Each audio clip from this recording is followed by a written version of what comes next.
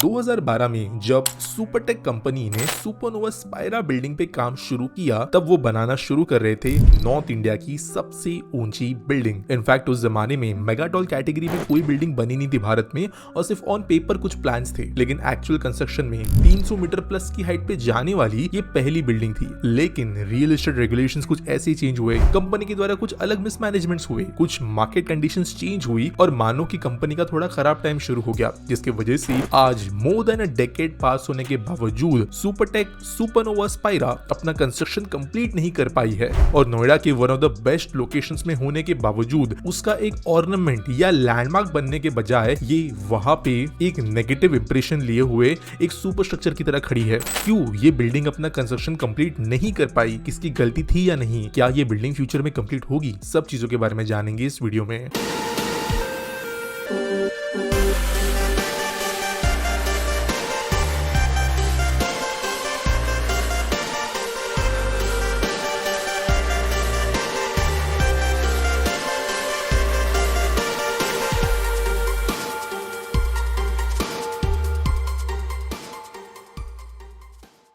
दोस्तों इस वीडियो के अंदर मैं किसी को ब्लेम नहीं कर रहा हूँ, जो घटना के क्रम हुए हैं मैं वही आप लोगों से शेयर करूंगा और किसी कंपनी को बदनाम करना या किसी प्रोजेक्ट के बारे में नेगेटिव न्यूज फैलाना यहाँ पर मेरा कोई इस तरीके का इंटेंशन नहीं है। तो कहानी की शुरुआत होती है 2012 में। सुपरटेक ऑलरेडी काफी एस्टैब्लिश्ड रियल एस्टेट प्लेयर था उस समय पर एनसीआर मार्केट के अंदर और यमुना रिवर के किनारे सेक्टर 94 नोएडा में उन्हें एक बहुत ही ज्यादा अच्छा और बड़ा लैंड पार्सल मिलता है एक आइकॉनिक डेवलपमेंट करने के लिए और यहाँ पर वो प्लान करते हैं अपना सुपरनोवा प्रोजेक्ट, जहां पर 300 मीटर ऊंचा ये टावर भी प्लान होता है। वैसे इसके अलावा भी दूसरे रेसिडेंशियल स्पेसेस और दूसरी कुछ बिल्डिंग्स यहाँ पे प्लान होती है, लेकिन ये ज्वेल होने वाला था इस पूरे डेवलपमेंट का, जहां पर luxury apartments, commercial spaces, retail spaces और एक 5 स्टार होटल बनाने के प्लान्स थे। कंस्ट्रक्शन शुरू होने के बाद में काफी तेजी से यहाँ पर काम हुआ। अगर आप एनसीआर के रियल एस्टेट मार्केट को जानते हो पिछले कुछ दशकों से, तो आप जानते होंगे कि यहाँ पर बहुत ज्यादा तेजी से तेज गति के रन आते हैं जो मार्केट के अंदर एक पूरी की पूरी सुनामी ले आते हैं और बाद में कुछ समय के लिए बस्ट भी होता है। रन के वजह से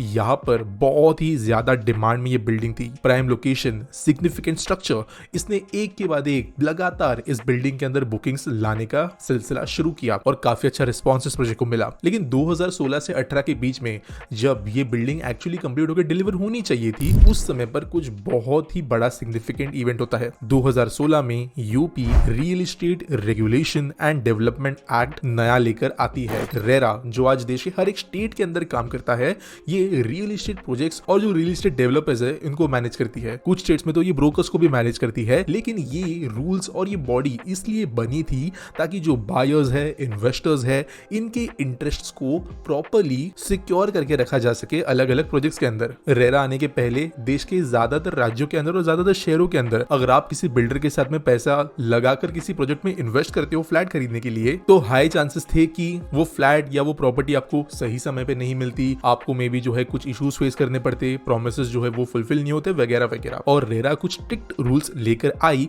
जिसकी वजह से ये सारे केसेस जो थे, जिसके अंदर फ्रॉड केसेस भी थे कुछ डेवलपर्स के द्वारा, वो ना हो। लेकिन रेरा एक अच्छा कंप्लायंस होने के बावजूद कई सारे रियल एस्टेट डेवलपर्स के ऊपर एक बर्डन ले आती है, बर्डन कंप्लायंस का। और सुपरनोवा का ये जो प्रोजेक्ट था, ये भी कंप्लायंसेस के चिंगुल में कुछ इस तरीके से फंस गया कि यहाँ से बाहर आते आते इतना डिले हुआ कि लोग इस प्रोजेक्ट में अपना कॉन्फिडेंस खोने लगे। अब देखो, सबसे पहले तो ये था कि रेरा के अंतर्गत सारे प्रोजेक्ट्स को रजिस्टर करना जरूरी है, क्योंकि सुपरटेक का सुपरनोवा पहले ही बनना शुरू हुआ था, तो इस प्रोजेक्ट को रेरा एक्ट के आने के बाद में रजिस्टर करना था। लेकिन ऑब्वियसली रजिस्ट्रेशन के टाइम पे भी कई सारे क्लॉजेस होते हैं जो कि ये कंपनी फुलफिल नहीं कर पा रही थी, जिसकी वजह से रजिस्ट्रेशन में बहुत ज्यादा डिले हुआ और ये डिले काफी सारे रेड फ्लैग्स रेज करने लगता है, क्योंकि ट्रांसपेरेंसी यहाँ पर रह नहीं पा रही थी। अब इस लॉस ऑफ कॉन्फिडेंस की वजह से बुकिंग्स भी इस प्रोजेक्ट में आना कम होते हैं और ऑब्वियसली पैसे यहाँ पर डेवलपर को कम मिलते हैं, जिसके थ्रू वो प्रोजेक्ट आगे बढ़ा सके। अब दोस्तों देखो, रेरा के अंदर एक बहुत ज्यादा इंपॉर्टेंट क्लॉज ये है कि किसी पर्टिकुलर प्रोजेक्ट के लिए अगर कंपनी पैसे जमा करती है, यानी फ्लैट बुकिंग से जो पैसा आता है उसमें का 70% पैसा उन्हें उसी प्रोजेक्ट को कंप्लीट करने के लिए इस्तेमाल करना पड़ता है। अब ऐसा क्यों? दोस्तों एक टाइम था हमारे देश के अंदर जब डेवलपर्स बेसिकली स्पेकुलेशन करते थे रियल एस्टेट मार्केट के अंदर। इसका मतलब क्या? मान के चलिए कि मैं एक बिल्डर बिल्डर हूँ और मैं बिल्डिंग बना रहा हूँ, उस बिल्डिंग के अंदर मैं अगर 100 रुपए खर्च कर रहा हूँ तब जाकर उस बिल्डिंग का कंस्ट्रक्शन कंप्लीट होगा। लेकिन ज्यादातर बिल्डर्स ये करते थे कि किसी पर्टिकुलर बिल्डिंग के फ्लैट सेल से जो पैसा आ रहा है वो उसी बिल्डिंग के अंदर लगाकर बिल्डिंग कंप्लीट करने के बजाय वो पैसे का ज्यादातर हिस्सा वो दूसरी किसी जगह पे नया लैंड खरीदने, नया डेवलपमेंट करने के लिए इस्तेमाल करते थे, इस उम्मीद में कि जो अगला डेवलपमेंट है वहां से उनको और ज्यादा पैसा मिलेगा और उस नए वाले प्रोजेक्ट के आए हुए पैसे को वो इस पहले वाले प्रोजेक्ट में इन्वेस्ट करके अपने पैसे रिकवर कर लेते। लेकिन इसका वजह से होता यह था कि लैंड बाइंग बहुत ज्यादा इंसेन लेवल पे होती थी, प्रोजेक्ट्स के लॉन्चेस बहुत ज्यादा इंसेन लेवल पे होते थे, क्योंकि जहां का पैसा इस्तेमाल जहां पे करना चाहिए उसके बजाय पैसा जो है वो कहीं और लगता जा रहा था। और ऐसे पीरियड में अगर कोई आगे का प्रोजेक्ट फेल हो जाए जिसके लिए पैसा पहले वाले प्रोजेक्ट का इस्तेमाल किया गया है तो ऑब्वियसली प्रोजेक्ट कंप्लीट हो नहीं पाएगा। रेरा की कंपल्शन थी कि 70% फंड्स जो बायर्स से लिया गया वो एक एस्क्रो अकाउंट में रखा जाएगा और प्रोजेक्ट रिलेटेड एक्सपेंसेस के लिए ही खर्च होगा। लेकिन एलिगेशंस लगे कि सुपरनोवा स्पायरा के अंदर मिले हुए फंड्स सुपरटेक के डेवलपर्स ने दूसरे जगहों पे भेज दिए।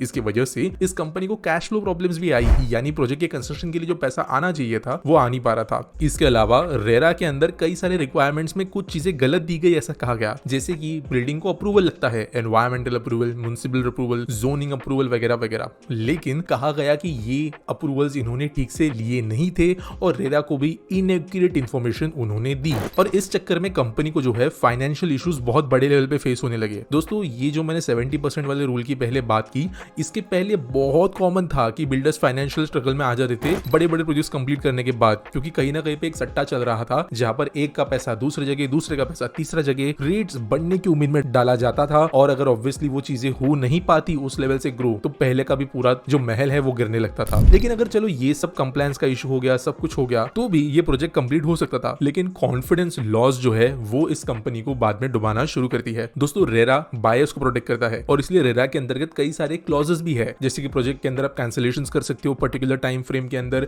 जिसके अंदर की फाइन्स एंड पेनल्टीज बहुत लिमिटेड होती है। इसके अलावा प्रोजेक्ट अगर जैसे बोला गया वैसे डिलीवर नहीं किया गया तो आप कंप्लेंट्स वगैरह कर सकते हो। तो जैसे जैसे ये प्रोजेक्ट डिले होना शुरू हुआ वैसे वैसे जिन लोगों ने पैसा लगाया था इस प्रोजेक्ट के अंदर उन्होंने रेरा कंप्लायंस के हिसाब से रिफंड्स मांगना शुरू किए और ये और फाइनेंशियल बर्डन ले आता है इस कंपनी पे। धीरे धीरे सुपरटेक का नाम जो है मार्केट में अच्छा नहीं रह पाता और इसके वजह से कंस्ट्रक्शन और स्लो होता है, सेल्स और स्लो होती है और ये ओवरऑल जो पूरा प्रोजेक्ट है ये एक स्लो डाउन फेस करता है। और इसके बाद में भी चैलेंजेस खत्म नहीं होते। सुपरटेक डेवलपर्स के द्वारा किए गए कुछ और प्रॉब्लम्स भी लोगों के सामने आते हैं जिनके बारे में थोड़ी देर में बात करेंगे। लेकिन 2020-21 के अंदर लेबर शॉर्टेजेस आए, पैंडेमिक के दौरान मटेरियल सप्लाई डिस्ट्रक्शन हुआ, इसने ओवरऑल कंस्ट्रक्शन इंडस्ट्री पे इफेक्ट किया था और सुपरनोवा को भी यहाँ पर और इश्यूज फेस करने पड़े, जिसकी वजह से और ज्यादा लोगों ने जहां पर इस प्रोजेक्ट में इन्वेस्ट किया था उन्होंने रेगुलेटरी अथॉरिटीज के सामने कंप्लेंट्स डालना शुरू की रिफंड सीख करते हुए और फाइनेंशियल बर्डन बढ़ता गया। और फिर उसके बाद 2022 में नोएडा के अंदर सुपरटेक के ही 2 ट्विन टावर्स थे जो कि ठीक से बनाए नहीं गए थे, कंप्लायंस उनमें फॉलो नहीं किया गया था और ये जो ट्विन टावर्स वाला केस था ये नेशनल मीडिया में आया। थोड़ा मैं यहाँ पे शॉर्टकट में समझा देता हूँ ट्विन टावर्स वाला केस क्या था। बेसिकली यहाँ पर ये ग्रेटर नोएडा के अंदर एक प्रोजेक्ट बना रहे थे 2-3 BHK फ्लैट्स के साथ में और जो इनिशियल प्लान सबमिट किया गया था new Okhla industrial development authority को उसमें 14 9 मंजिला टावर्स होने थे। लेकिन अचानक से 2012 में ये कुछ अचानक से प्लान चेंज करते हैं और 15 बिल्डिंग बना देते हैं 14 के बदले। इसके बाद में यहाँ पर 2 और टावर्स का कंस्ट्रक्शन ऐड कर देते हैं बीच में जो कि 40 मंजिला ऊपर होती और इसकी वजह से जो रेसिडेंट्स थे पुराने छोटी बिल्डिंग्स के उन्होंने सुपरटेक के खिलाफ में कंप्लेंट की। यहाँ पर ये ग्रीन एरिया में आने वाली बिल्डिंग्स थे जिसकी वजह से यहाँ पर बहुत ज्यादा इश्यूज चले और फाइनली लीगल बैटल सुपरटेक हारी, जिसके बाद में इन बिल्डिंग्स को डेमोलिश करने का डिसीजन लिया गया और नेशनल मीडिया में लोगों ने देखा। ये देखने के बाद में सुपरटेक के अंदर जो कॉन्फिडेंस था लोगों का वो कहीं ना कहीं पे नीचे डिस्ट्रॉय हो गया। सुपरटेक के बाकी प्रोजेक्ट्स भी जो थे जहां से मे बी वो पैसा कमा भी सकते थे, इस लॉस ऑफ कॉन्फिडेंस की वजह से और नीचे डूब गए और बेसिकली एकदम सिंपल भाषा में अगर कहे तो ये कंपनी दिवालिया होने पे आ गई थी। और ये वो समय था जब कंपनीज जिन्होंने पैसा दिया था सुपरटेक को बिल्डिंग बनाने के लिए वो अब अपना पैसा रिटर्न मांग रहे थे। कई सारी बिल्डिंग्स का कंस्ट्रक्शन जो है वो इनिशियल स्टेजेस में बैंक से पैसा लेकर, लोन लेकर, डेट लेकर या कहे तो लैंड मॉर्गेज पे लिया जाता है। और इसी सुपरटेक सुपरनोवा स्पायरा प्रोजेक्ट के लिए इन्होंने बैंक ऑफ महाराष्ट्र से एक लोन लिया था लेकिन वो उसको रिटर्न नहीं कर पा रहे थे साल 2018 से। इसके बाद में 2022 तक बैंक के साथ नेगोशिएशन चली लेकिन फाइनली NCLT या नेशनल कंपनी लॉ ट्रिब्यूनल के पास में ये केस गया और यहाँ पर इंसॉल्वेंसी का प्रोसेस शुरू होता है। बेसिकली सुपरटेक ग्रुप ने सुपरनोवा प्रोजेक्ट को एक अलग सब्सिडरी बनाया था तो ये कंपनी का एक प्रोजेक्ट था, पूरी कंपनी नहीं। यहाँ पर 150 करोड़ के लोन पे डिफॉल्ट किया गया था। तो इसके वजह से ये जो प्रोजेक्ट है ये अभी ऑलमोस्ट आप कह सकते हो कि सोल्ड आउट हो जाएगा या डिफॉल्ट होकर बैंक्रप्सी के थ्रू जाकर किसी और ओनर के हाथों में जाता हुआ दिख सकता है। वैसे इस प्रोजेक्ट के अंतर्गत जो बड़ा टावर बनना था वो 60% इस समय तक कंप्लीट था और कंपनी का कहना था कि इसको वो डिलीवर भी करेंगे और अभी तक पूरा कैंसिलेशन हो गया ऐसा उन्होंने नहीं बोला।